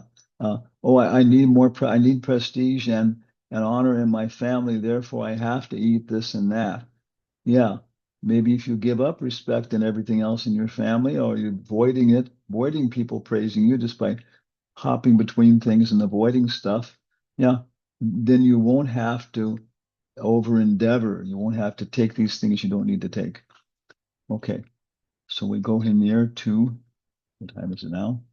I'm going to finish on time. I have 33 minutes. Lord Chaitanya, on of Rath Yatra. What happened to our text? Okay, yeah, okay. So in the beginning, you're going to see Prabhupada's talking about plain living and high thinking. Again, these are just terms that we will see again and again. Simple living and high thinking. These are universal processes. We give classes at universities. We give classes in departments of economics and every place else like that, and they love it. And we simply base it on these texts. We use these phrases. What we're proposing, what the Vedas are proposing, what ISKCON is proposing is simple living and high thinking. Oh, that sounds nice. Yeah. Okay.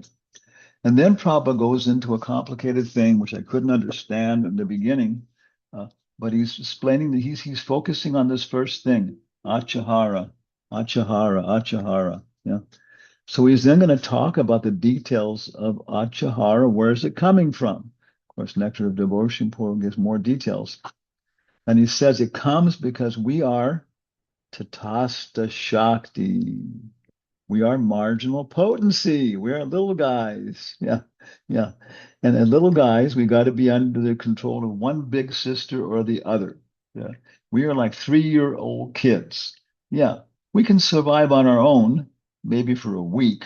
And then after that, we'll starve to death or whatever else. Yeah. Yeah. So we have to be under the control of one of two big sisters, Durga or Radha. Okay. And Durga is always trying to get us to engage in all kinds of nonsense, steal cookies. Yeah. Yeah. And Radha is trying to always get us to engage in being good boys and girls. Okay. But that's our choice. Yeah. When we're acting naughty, then Radha turns us over to Durga. Okay. And that's what she is. She's not our enemy, but she's the strict nanny who takes care of us. And she just has to follow what Radha says, what the mother says. If he does this and that, she does this and that, then he gets this reward or this punishment or something. These are options. So Durga just has to apply the laws of karma. But at the time of initiation, which we'll study next week, Diksha Kali, at that point, Durga passes all the threads of our karma to Radha. We still have threads on pulling us, yeah, but now they're under the internal potency. Yeah. So that's what Prabhupada talks about here. You'll see he's talking about how we're under the external potency. And because of that, we have to work, we have to collect money, we have to eat, we have to sleep. It's driving us. You become hungry, you become thirsty, you want to breathe. Yeah, yeah, yeah. You want to think. Yeah.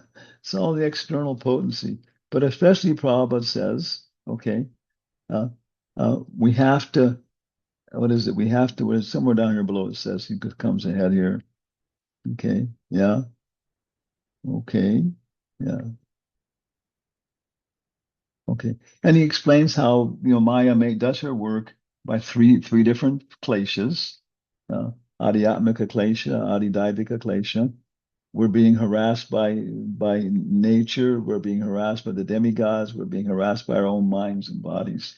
So there's a detailed description of how it's working, how we're being pushed.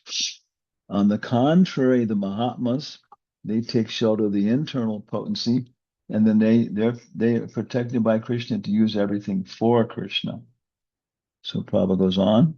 The main problem, he's discussing these kleshas, confronting the conditioned souls, is the repetition of birth, old age, disease, and death. This is how we're being pushed. Yeah. In the material world, one has to work. for the maintenance of the body and soul. But how can one perform such work in a way that is favorable for the execution of Krishna consciousness? How can we avoid prayashash? Yeah, okay. Everyone requires possessions of food grains, clothing, money, and other things necessary for the maintenance of the body. Yeah. And for the maintenance of our service. That's what it becomes for a devotee. Okay, this just to be a human being and be a candidate for devotional service, you've got to, yeah, take care of these necessities in a way that will give you time to be in time and way of being a human being. But then later on, when you become a devotee, okay, then you have to adjust your food, your clothing, and these things. For example, in our classes on Upadeshamrita, one question we ask is, how many saris is too many saris? And of course, people in the audience react to that. I don't know if you wear saris in Pakistan or not. And Prabhupada says, ordinary girl will not be satisfied with less than 2 or 3 dozen saris. Yeah, you probably even know in different states. It's famous in India. One lady, she became a politician, became rich, and she had something like 200 or something saris and silk saris. May not even wear them, but okay, but it's a part of the satisfaction. So Mother Uttama, she's a very powerful devotee, and her husband Partha, they're in charge of the Grihastha Vision team. Very nice devotees, my friends, long time. She responded, well, it depends whether or not the lady is a pujari, because if you're a pujari, then you have to have clean saris. Okay. And they take time to dry. You have to wash them. Yeah. Prabhupada also says the mayor's wife has to look like the mayor's wife. I know one devotee in South America. Uh, she comes from a very nice family. Yeah. And she married a husband who came from a nice family, economically developed a little bit. And in South America, unlike United States, they have servants. They have people like this. They, more human to take care of them, different things. But her real nature, since she was a little girl, she wanted to enter a monastery and be a nun. And she would just play like being a nun and covering her head and saying prayers. But somehow or other, okay, yeah, okay. So she married a very nice devotee, and she can be a devotee. She can follow these principles. But the thing is, he's he has the what is it, the FedEx contract for the whole country, Bolivia. Yeah, he's the guy in charge of so many employees, big house, hosting people, quasi political responsibilities. So she has to then manage this whole household for cooking for people, for cleaning the entire household, for reception, for making sure that all the servants who are putting things on the big dining table are dressed properly. And for her, it's a botheration. Yeah, yeah. And so she's saying she acquires these things, she dresses like this, but she doesn't, like it. She likes it that it fits in with her service, and she sees, yeah, it's satisfying. So the satisfaction is not on the level of karma yoga. The satisfaction is more on the level of jnana yoga. With her intelligence, she's being gratified. It's not that she's doing things that she's inclined to do for Krishna. Yeah, she's doing things that she understands, karma yoga, jnana yoga, and then bhakti yoga. Okay. According to nature's arrangements, living entities lower on the evolutionary scale do not eat or collect more than necessity. Okay. And Prabhupada's explaining how people are just being naturally controlled. The animals eat naturally. They don't hoard too much. Collecting and eating more than necessary causes prayash, unnecessary endeavor. And Prabhupada's saying, any place in the world you can live peacefully with a cow and some land. Yeah, cow and the land. All of the people on the face of the earth, this was maybe about 20 years ago, may have changed a little bit now, but not much. 20 years ago, all of the people on the face of the earth could have fit in the office buildings on Manhattan Island in New York. So many high-rise buildings, so much business people there, hotels. All the people on the face of the earth could have fit in those buildings and have enough space to raise your arms, a little space around you, and as much as you have at a party when your people are there. That's how few people there are on the earth, even now. Mahatma Gandhi said, there's enough for every man's needs, but not enough for one man's greed. The Japanese say, every person has a right to the three sacred things: television, refrigerator, and automobile. They're joking. Yeah. And this is what we're trying to do. So Prabhupada goes on here talking about how so-called civilized people, they use prayasas, achahara, and they stimulate these things. Loilam, so many things to stimulate. You can see, so as you become devotee, all these things are by people who know that these are unnecessary. I'm maybe you've figured out the same thing. These big companies want you to buy a new cell phone every 3 years. Okay. They won't even let you change your own batteries any before you can change your own batteries. Yeah, yeah. And they're forcing you to change them every 5 years because after 5 years, it won't support this, it won't support that. But then engaging in Krishna consciousness, I began to discover, okay, for $10, I can buy a kit with which I can open up my phone and change the battery. So now I have a 10-year-old cell phone, which I'm refurbishing, which still works fine. It's getting old, but my body is getting old. My teeth are coming out. My eyes are going. My cell phone is going. It's very so nice that I see my cell phone is dying the same way I'm dying. And it keeps reminding me.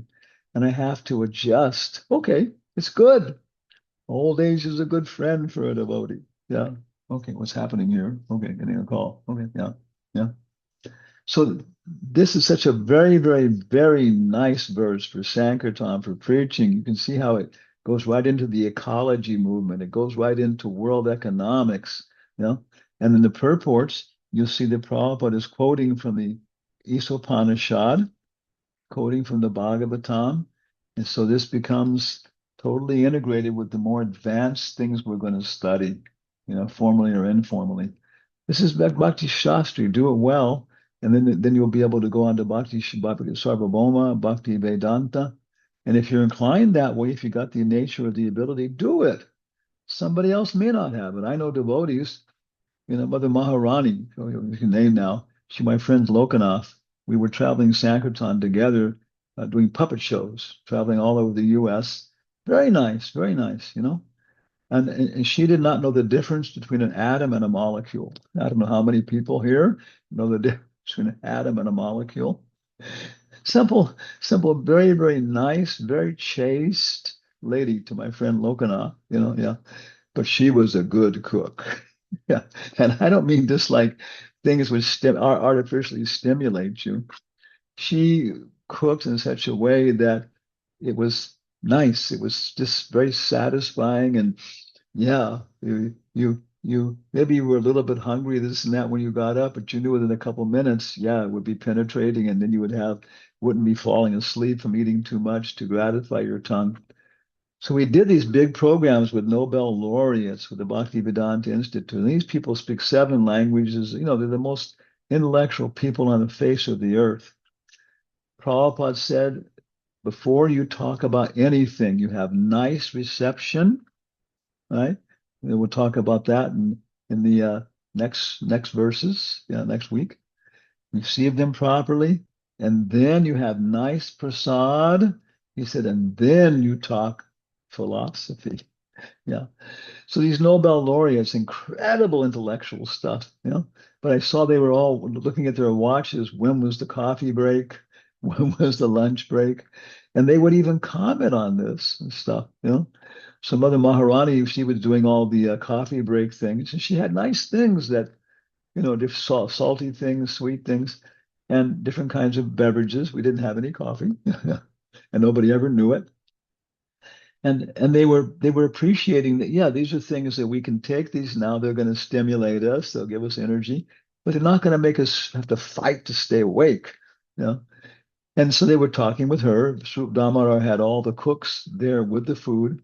He got very, very beautiful chef's outfits and a very nice, rented a nice outfit for her. And uh, and again, she's talking to Nobel laureates, and they're asking her how you cook this and what that does and this thing, and then she would say, and and the books are just as good. And the Nobel laureates would say, "Give me a couple." Yeah, yeah.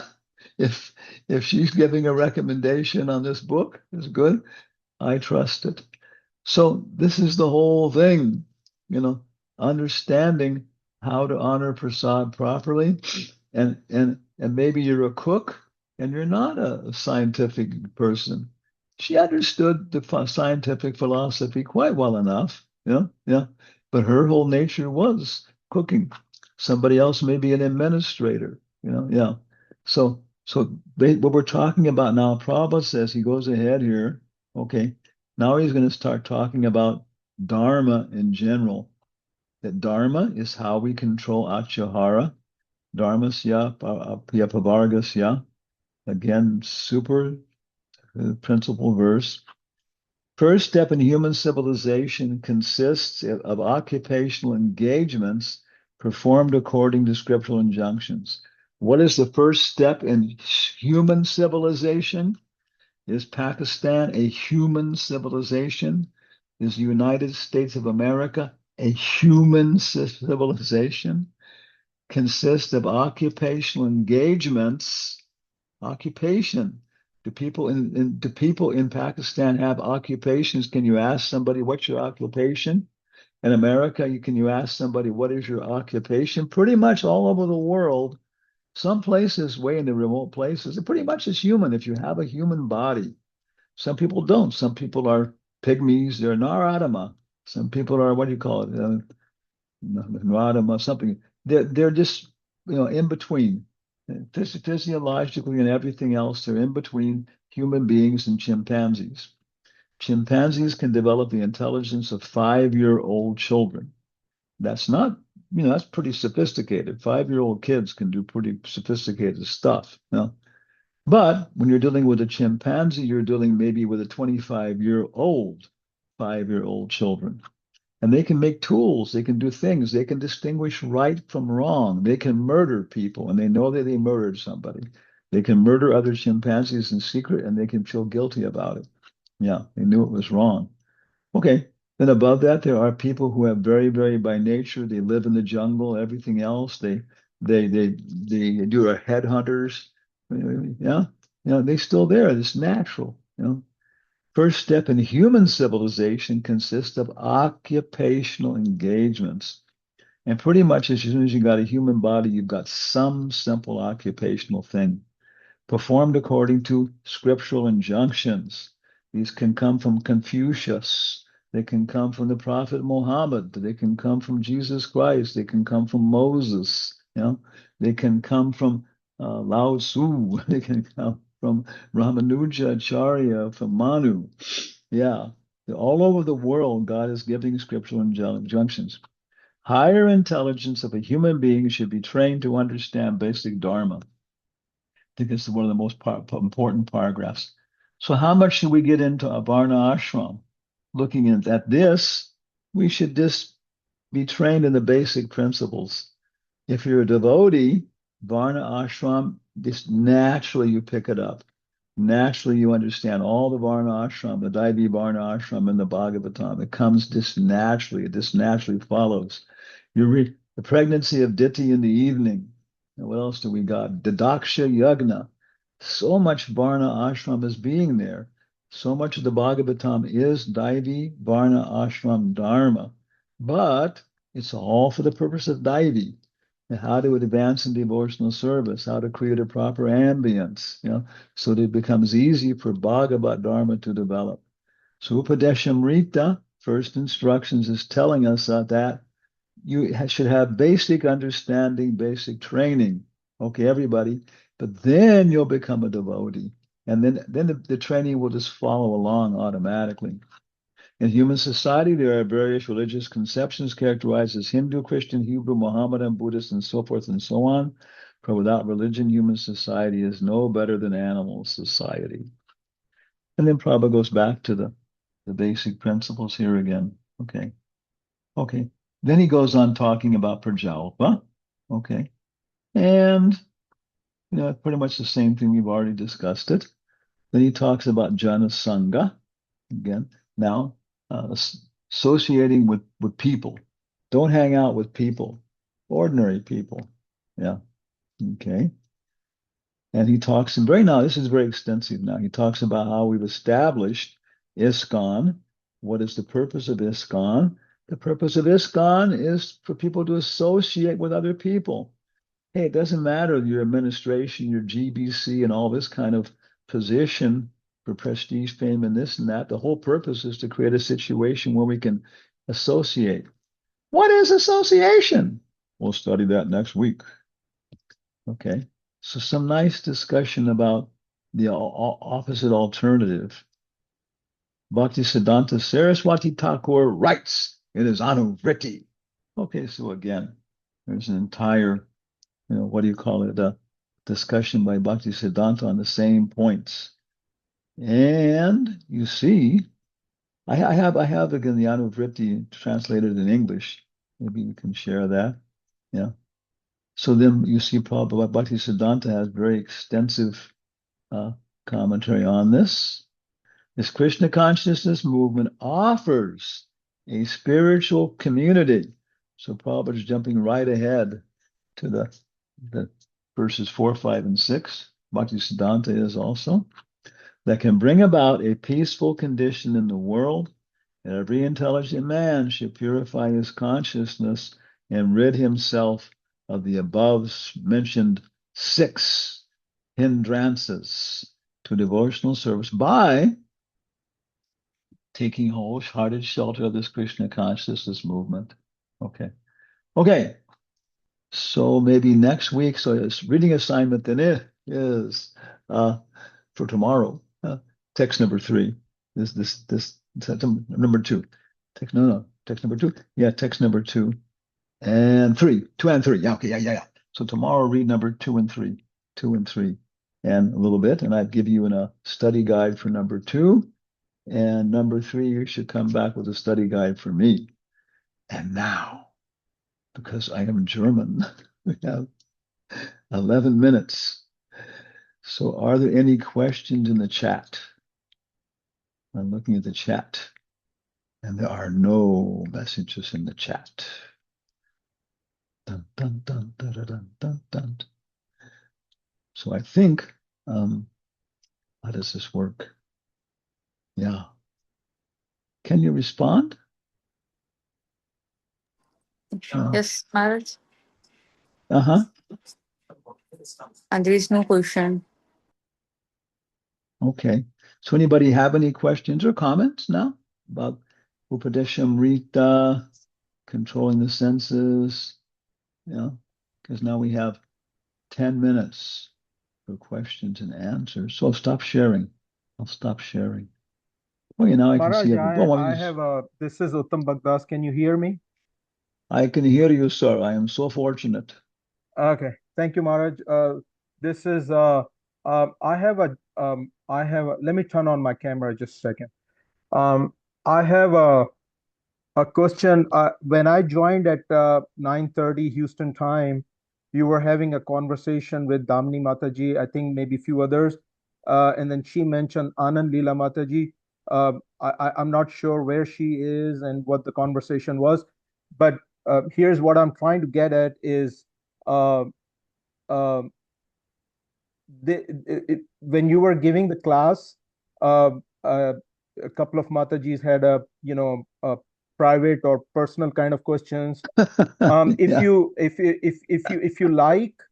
like, I can to get into those kind of nuts and bolts and those kind of minute details.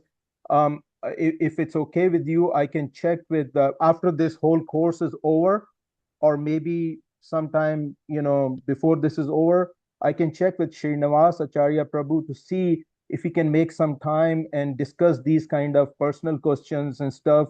Will that be okay with you? Well, we have we have we have the WhatsApp group with you, me, Dummy, and Yeah, somebody else, so we can especially discuss it there, because I see the idea is that I'm giving these classes online, so I don't know what kind of already, you know, sanghas have been established. One of our processes is that we can't establish the infrastructure in the West for Shastric studies in some ways. So what we're going to do is, well, everybody's going to register with Vidyapit, with Guranga Darshan as individual students, and then they have the infrastructure with the people there to have classes you're supposed to watch, tests you're supposed to take. But then simultaneously in Houston, for example, Kuber and Hari Leela, as usual, will form a study group, become study partners. I Well, see. Chaitanya, what's his name? Dr. Hari Balaba. I see. You see, so we'll form our sanghas, and we'll have meetings where we're going to meet. We'll work it out according to different people. But then the administrators at the opposite end, they know they're doing it, but they don't have to bother themselves in any way in dealing with this. All they're going to do Okay. is seeing how the results are. And this is what we're trying to develop, a global educational institution. Ravinder Sarup asked Prabhupada, he said, Prabhupada, you keep saying in the future we will have entire nations under our control, everything else. And of course, there's a very famous Western phrase, I don't know if you know it or not, super famous: power tends to corrupt. You know this phrase? Yeah. What's the whole phrase? Power tends to corrupt, and I don't know the absolute. rest of the part. It's by Lord Acton, who was a very powerful British politician. He was writing to the Archbishop of Canterbury. In one letter, he says, power tends to corrupt, and absolute power tends to corrupt absolutely. You see it. Yeah. Abraham Lincoln Hmm. said, many people survive under adversity. If you really want to test a person, give them money and power. Yeah, Yeah. true. Power tends to corrupt. Absolute power tends to corrupt absolutely. They don't quote the next sentence in the letter, which says, and therefore almost all powerful men have been bad men. Of course, behind every good man is a good woman. And of course, that means that behind every bad man is a bad woman. So, Jai Mataji. So anyway, whatever it was, I think it's very, very nice. But the thing is, too, is one thing I would just funny say that this is Bhakti Shastri, right? Yeah, yeah. And we're Yeah. not going to solve all the problems in the world. The whole thing, Papa says, be patient. Next verse will say, Utsahan Nischayad. Yeah, be patient. You're not going to make it without patience. Okay.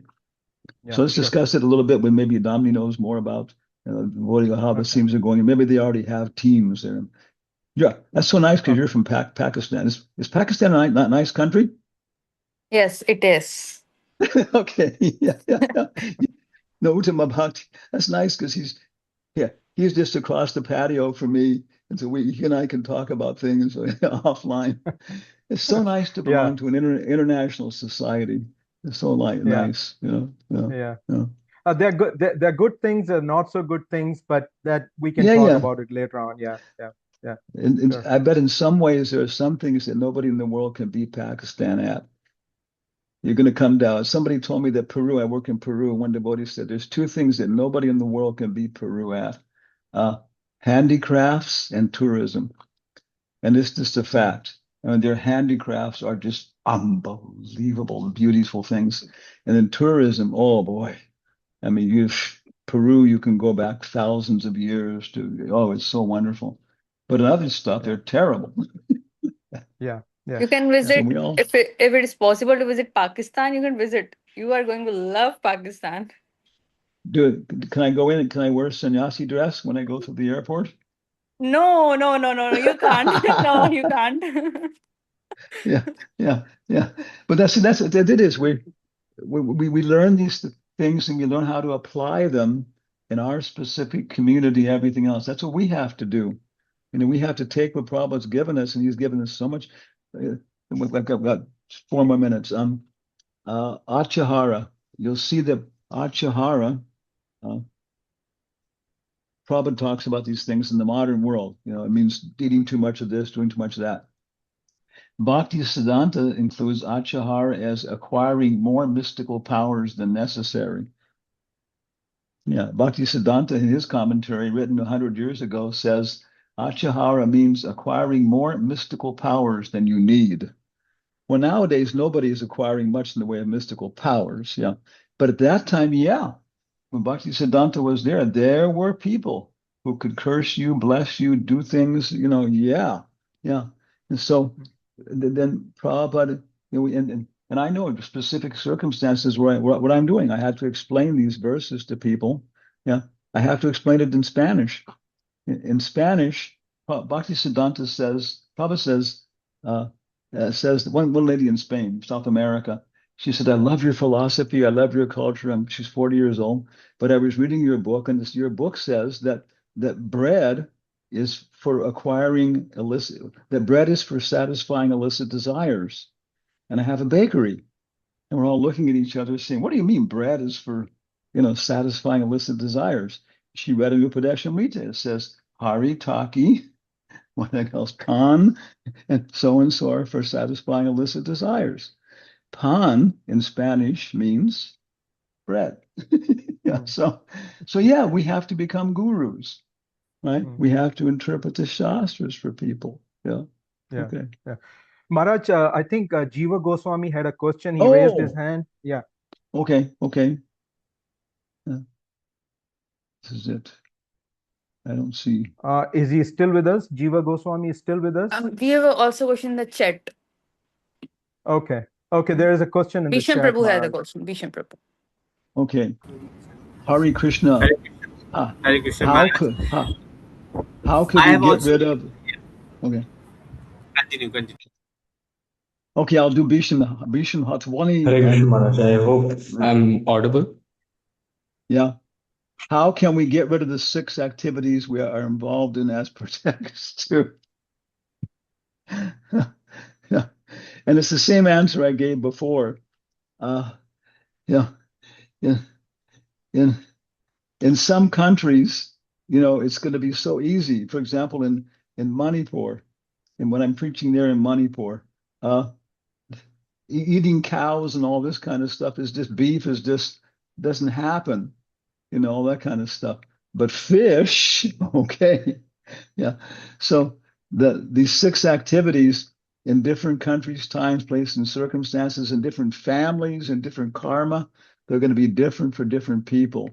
And in the purports, if you read them and look at them, Prabhupada gives first instructions on how to do it. And when you go ahead and read Nectar of Devotion, you'll see that, hey, the same things are there that were in Nectar of Instruction. But now what was 3 paragraphs is 3 pages. And then, because Nectar of Devotion is nothing but Srimad Bhagavatam and Prabhupada's purports, you'll see more details. Vibhishana. Do you know who was Vibhishana? Who was Vibhishana? Nobody knows? He was the brother of somebody famous. Brother of Ravana. Yeah, he was Ravana's Ravana. brother. Vibhishan told Hanuman that living in Lanka as a devotee of Vishnu was like being a tongue surrounded by sharp teeth. Yeah. How many times do you bite your tongue?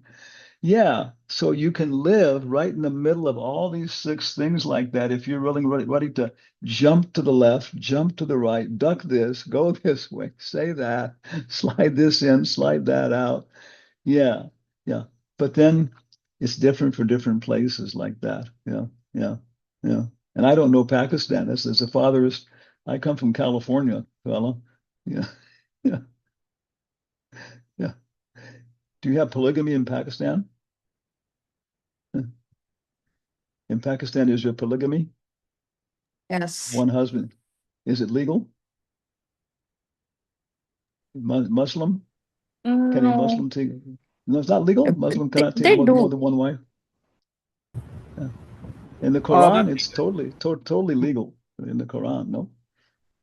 Yeah. yeah. You They are can. allowed to have 4 wives, but it's not recommended. But if somebody cannot live with just Yeah. one, then they are allowed to go for more. Yeah. Okay. So in With the California, permission of the it's first just wife. If the yeah. first wife Okay. gives him the permission, then he can. Yeah. In California, where I grew up, if you marry 2 women, you go to jail. See, that's polygamy. Yeah. But if you're divorced 7 times and abandon each wife each time afterward, that's totally legal. So the fundamental principles of Varna Ashram, they're necessary. And as devotees, then we can tell how to apply these, apply them. So chant Hare Krishna, associate with devotees, and read Prabhupada's books. That's how you can answer your question. Chant Hare Krishna, associate with devotees, and read Prabhupada's books, and you understand. Yeah. Bhishma Dev told Yudhisthira. Yudhisthira was going to hell. He killed all these people. He was so unhappy. Not even Krishna could convince him he'd done the same thing. Then Bhishma Dev said, you were guided by God, the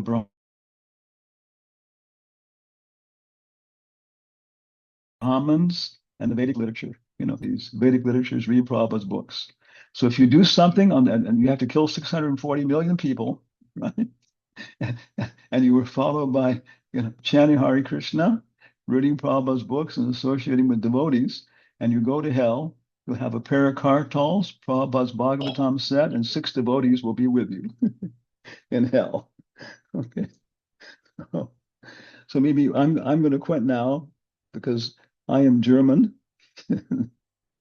Yeah, for a German, every moment is like this and that. Yeah. So thank you so much. So we'll see you tomorrow, and hopefully we'll be doing this better. It's so nice to associate with you all. Thank you all very Thank you much. so Hare much, Krishna. Maharaj. Hare Krishna. Hare Bye. Krishna Maharaj. Hare Krishna Maharaj.